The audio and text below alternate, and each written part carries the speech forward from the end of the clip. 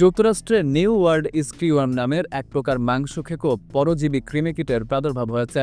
ইতোমধ্যে মেরিল্যান্ড অঙ্গরাজ্যে এই পরজীবীতে 2 জন আক্রান্ত হয়েছেন বলে জানিয়েছে দেশটির স্বাস্থ্য বিভাগ।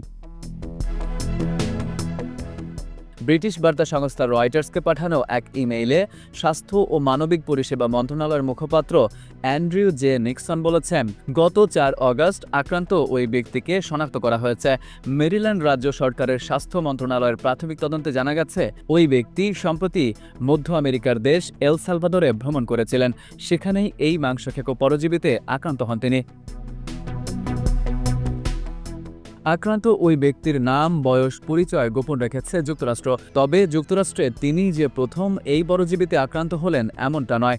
দেশটির রোগ নিয়ন্ত্রণ বিষয়ক সরকারি গবেষণা সংস্থার সূত্রে জানা গেছে, কয়েক সপ্তাহ আগে এ পরজীবীতে আক্রান্ত আরও এক ব্যক্তিকে শনাক্ত করা হয়েছে এবং ঘটনাচক্রে তিনিও মেরিল্যান্ড অঙ্গরাজ্যের বাসিন্দা। রয়টার্সকে অ্যান্ড্রিউ জে নিক্সন দাবি করেছেন, এনডব্লিউএস যুক্তরাষ্ট্রের জন্য কোনো হুমকি নয়। তিনি বলেছেন, এই পরজীবীর কারণে যুক্তরাষ্ট্রে জনস্বাস্থ্যে ঝুঁকি সৃষ্টির আশঙ্কা খুবই কম।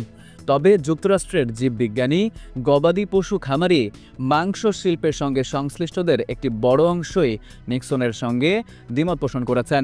এটি মূলত এক ধরনের মাছির লার্ভা থেকে সৃষ্টি হয়। Farid U Ahmed, IBTV USA।